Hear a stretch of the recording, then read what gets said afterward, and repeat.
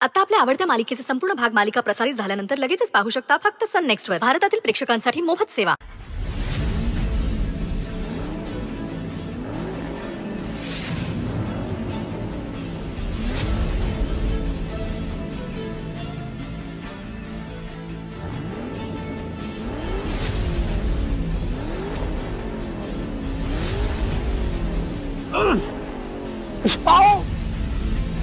अहो थांबा थांबा थांबा. हो हो हो थांबा.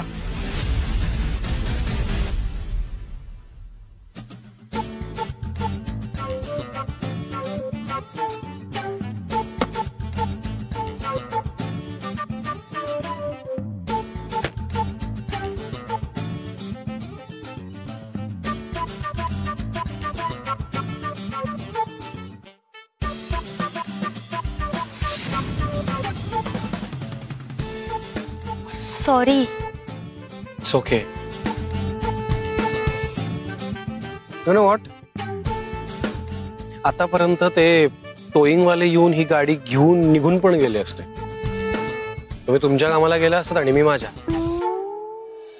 पण तुम्हाला ऐकायचंच नाहीये ना काही. म्हणजे तुम्हाला काय म्हणायचंय? माझ्यामुळे तुम्हाला उशीर होतोय का?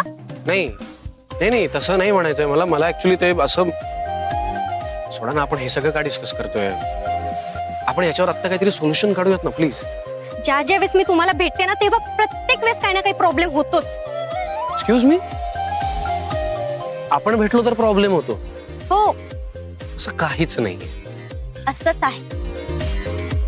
यू नो व्हॉट, मला काय वाटतं, आपल्या आयुष्यात जे काही घडतं, जे काही, त्या प्रत्येक गोष्टीला एक काहीतरी सॉलिड कारण असतं, अशी माझी जानू म्हणते. हो जानू, गर्लफ्रेंड. ठीक आहे. माझी आई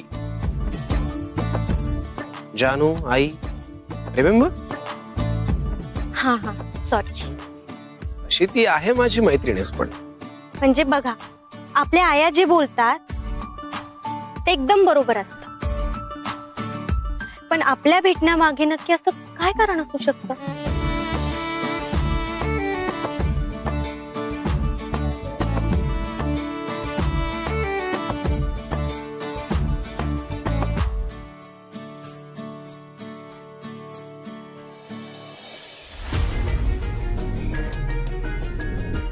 तू आणि आई माझ्याकरता योग्य ती मुलगी शोधून आणा. देवांसाठी मुलगी मिळाली?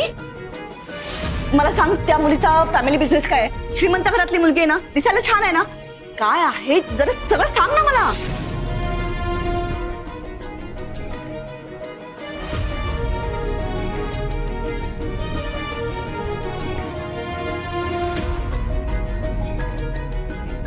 आज भैरवीताईंच्या एकाही प्रश्नाचं धड उत्तर देऊ शकले नाही मी तरी काय करू?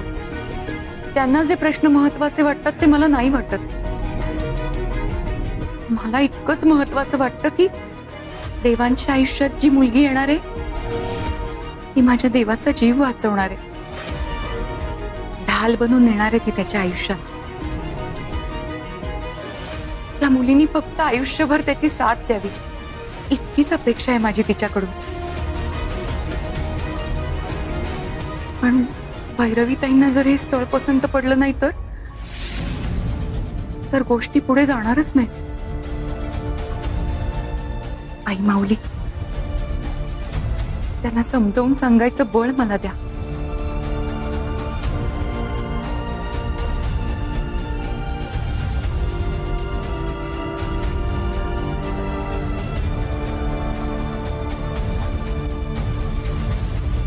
अहो,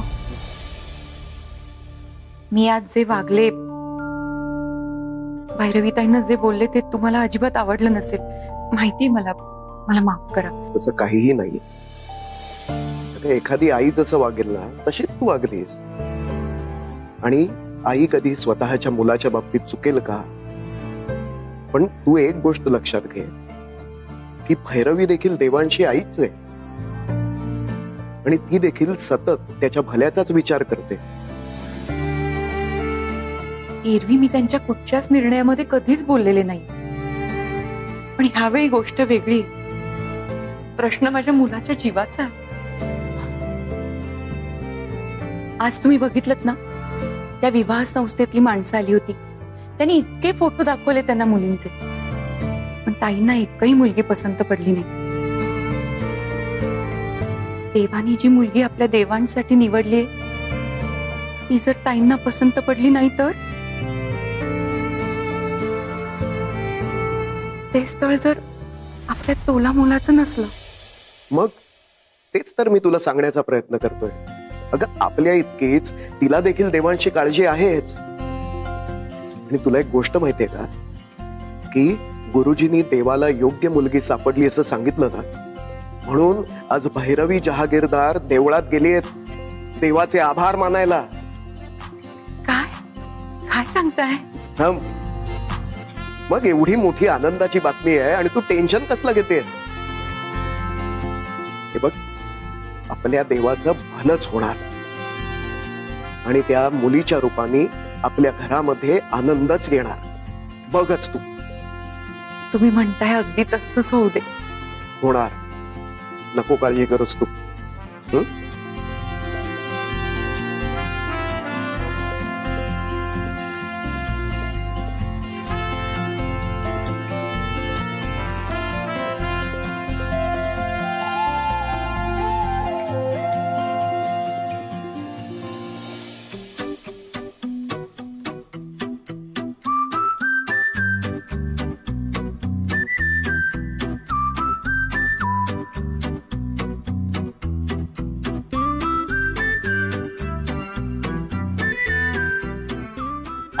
हे घ्या, तुमची चावी घ्या.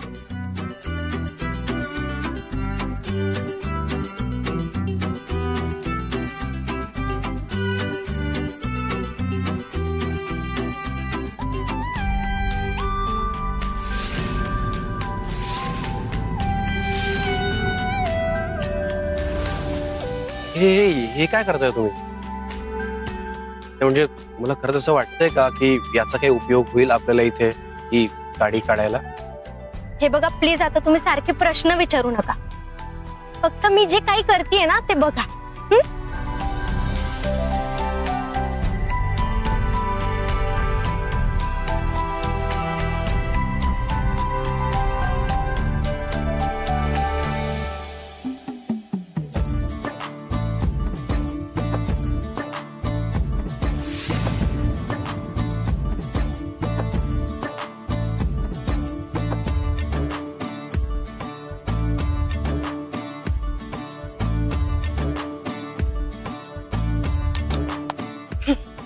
द्या, गाडीची चावी द्या. द्या आणि सर लावू द्या.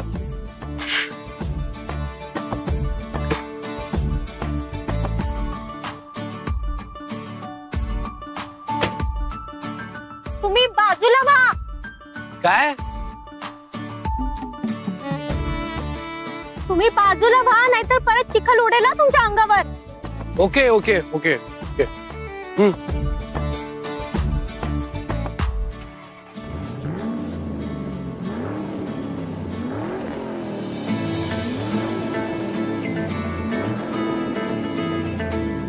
Okay okay okay. Great great great. Good job. या प्लीज. वाव. नाही, यू नो व्हॉट, तुम्ही आता हे जे काही केलंय ना हे मला कधी सुचलंच नसतं. Seriously seriously thank you so much. Welcome. अहो, या आयडियाला ना जुगाड म्हणतात. जुगाड? हो, म्हणजे आम्हा मिडल क्लास लोकांना ना अगदी जन्मापासूनच जुगाड करायची सवय असते. म्हणजे नाही जमणार हा शब्द आमच्या डिक्शनरीमध्ये अजिबात नसतो. म्हणजे एखादी काहीतरी आयडिया करायची आणि ती गोष्ट पूर्ण करण्यासाठी जुगाड करायचं. ते म्हणतात ना, गरज ही शोधाची जननी आहे. अगदी तसंच. जननी and all. That's great. But you know what, तुम्ही मुळातच खूप हुशार आहात हे मला खूप आधीच कळलं होतं. चालेल, मला उशीर होतोय, मी निघू आता. आय नो, मला पण उशीर होतोय, मीटिंग आहे माझी. पण once again thank you so. Sorry sorry sorry, जरा घाण झाले. एक मिनिट थांबा, मी पाणी घेऊन येते. सॉरी. थँक्यू. ठीक आहे. सॉरी जर तुम्हाला जास्तच त्रास देतोय. It's okay.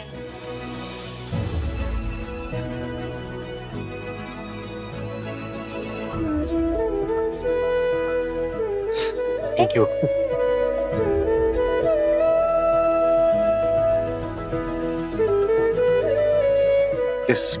रुमाल घरी विसरलो मी आज. हा, ठीक आहे, मी माझा रुमाल घेऊन येते आलीच.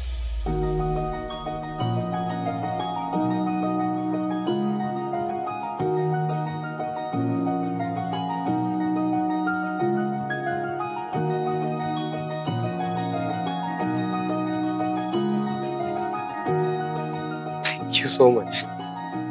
माझा रुमाल द्या ना. नाही नाही असं नको, मी नंतर तुम्हाला धुवून देईल परत. ओके. नंतर कशासाठी? त्यासाठी परत भेटावं लागेल. तर त्यात काय हरकत आहे? नको. मी येईल ना तुमच्या घरी तुमचा हा रुमाल परत करायला. ओके. घरी नाही, नको सर. मागच्या वेळेस काय प्रॉब्लेम झाला होता तुम्हाला माहितीये ना. त्यापेक्षा तुम्ही आत्ताच द्या ना रुमाल. आय नो, पण आपण यावेळी काय गप्पा वगैरे मारायला भेटत नाही होत ना. मी येईल, रुमाल देईल आणि निघून जाईल. That's it. म्हणूनच सांगते, त्यापेक्षा आत्ताच रुमाल द्या. नको नको, आपण एक काम करूयात. नो घर, शाळेत भेटूया. ओके. शाळेत कोणाला, घरच्यांना कोणालाच काही प्रॉब्लेम होणार नाही. नाही सर, प्लीज प्लीज. शाळेत तर अजिबात नको, कारण शाळेत तुम्हाला सगळे ओळखतात. आणि सर, माझ्यासारख्या साध्या शिक्षिकेला तुम्ही हा रुमाल द्यायला येणार ते बरं नाही वाटत. उगाच त्या लोकांमध्ये सुद्धा नको ना चर्चा व्हायला. प्लीज द्या तुम्ही. ओके देन देऊ. देऊ सर. देऊ परफेक्ट प्लेस आहे. देवळात कोणाला काहीच प्रॉब्लेम होणार नाही, मला सुद्धा नाही. ओके देन देऊ. डन. ओके. उद्या आपण देवळात भेटतोय. प्लीज. ओके. मी गाडी पुढे घेतो. Okay. Once again thank you so much.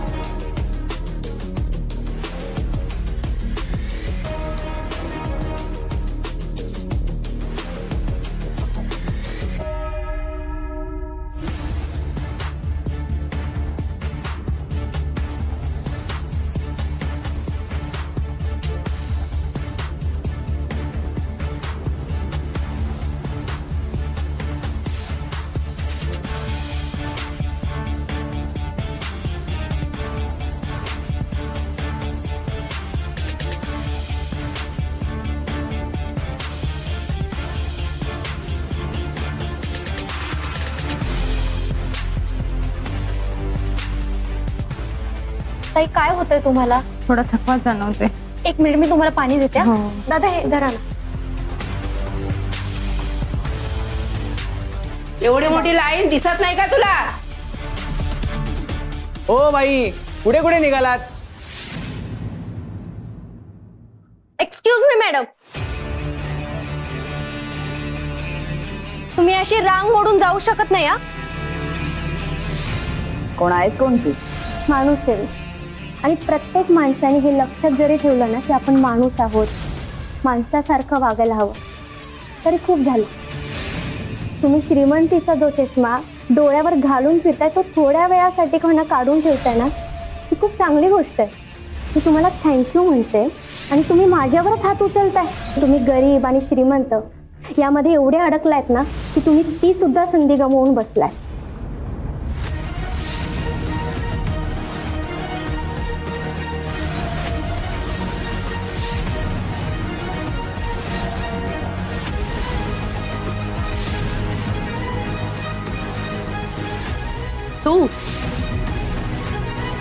तुम्ही देवाच्या दारात आल्या आल्या भेटलीस. तुलाच भेटायची इच्छा होती.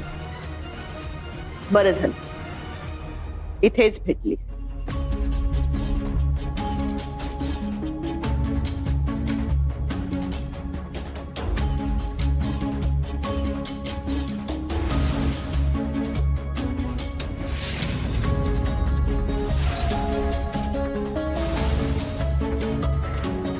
बहुतेक आपली भेट व्हावी ही देवाचीच इच्छा दिसते. कारण योग्य काय अयोग्य काय याची जाणीव तुम्हाला व्हावी ना, म्हणून देव आपली सारखी भेट घडवून आणतोय. व्हॉट यू मीन? आता त्या दिवशीच बघा ना, हॉस्पिटलमध्ये मी तुम्हाला इतकं बोलले पण ते सगळं बोलणं तुमच्या डोक्यावरून गेलं. अजून सुद्धा तुम्ही तशाच वागताय. खुशाल लाईन मोडली तुम्ही. हे बघा, देवळात सगळ्यांना समान वागणूक असते. इथे गरीब श्रीमंत असा भेद चालत नाही. मी इथे माझ्या मुलासाठी प्रार्थना करायला आले. मी आता खूप घाईत आहे. हे बघा, इथे सगळ्यांना घाई आहे आणि ते सगळे जण प्रार्थनाच करायला आले. त्या ताई बघितलं, त्या सुद्धा त्यांच्या होणाऱ्या बाळासाठी प्रार्थना करायला आल्या. मॅडम, पैशाने एक वेळेस सगळं काही विकत घेता येईल, पण देवाचा आशीर्वाद पैशांनी नाही विकत घेता. त्यासाठी मनात श्रद्धा असावी लागते. माणसात देव असतो असं म्हणतात ना. मग तुम्ही जर लाईन मोडून आलात तर या सगळ्या माणसांमधला देव नाही दुखावला जाणार. हो मॅडम, लाईन मध्ये या. अहो, चांगला हट्ट्या खट्ट्या दिसता. मग जरा वेळ उभं राहिलं तर काय प्रॉब्लेम आहे का? तू जिंकलीस असं समजू नकोस. जेव्हा केव्हा एकटी माझ्या समोर येशील ना, तेव्हा बघते तुला. मुळात मी जिंकण्यासाठी तुमच्याशी स्पर्धाच केलेली नाहीये. आणि तुम्हाला माझा चेहरा इतकाच आवडला असेल ना, तर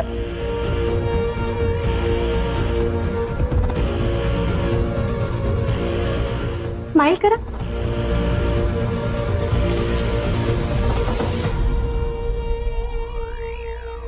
आता पाहिजे तितक्या वेळा माझा हा फोटो बघा, कारण तुम्हाला त्याची खूप गरज. गरिबांवर अन्याय करण्याआधी, देवळातल्या पायऱ्या चढण्याआधी माझा हा फोटो बघा आणि त्यानंतर ठरवा की कसं वागायचं. सॉरी, मला तुमचा अपमान करायचा नाहीये, कारण तुम्ही माझ्यापेक्षा वयाने खूप मोठे आहात. पण तुम्ही सुद्धा तुमचा अपमान होणार नाही ना ह्याची काळजी घ्या. माझी तुम्हा सगळ्यांना एक विनंती आहे. मगाशी ताईंना थोडा त्रास होत होता, तर त्यांना आधी दर्शनाला पाठवूयात. थँक्यू ताई, चला.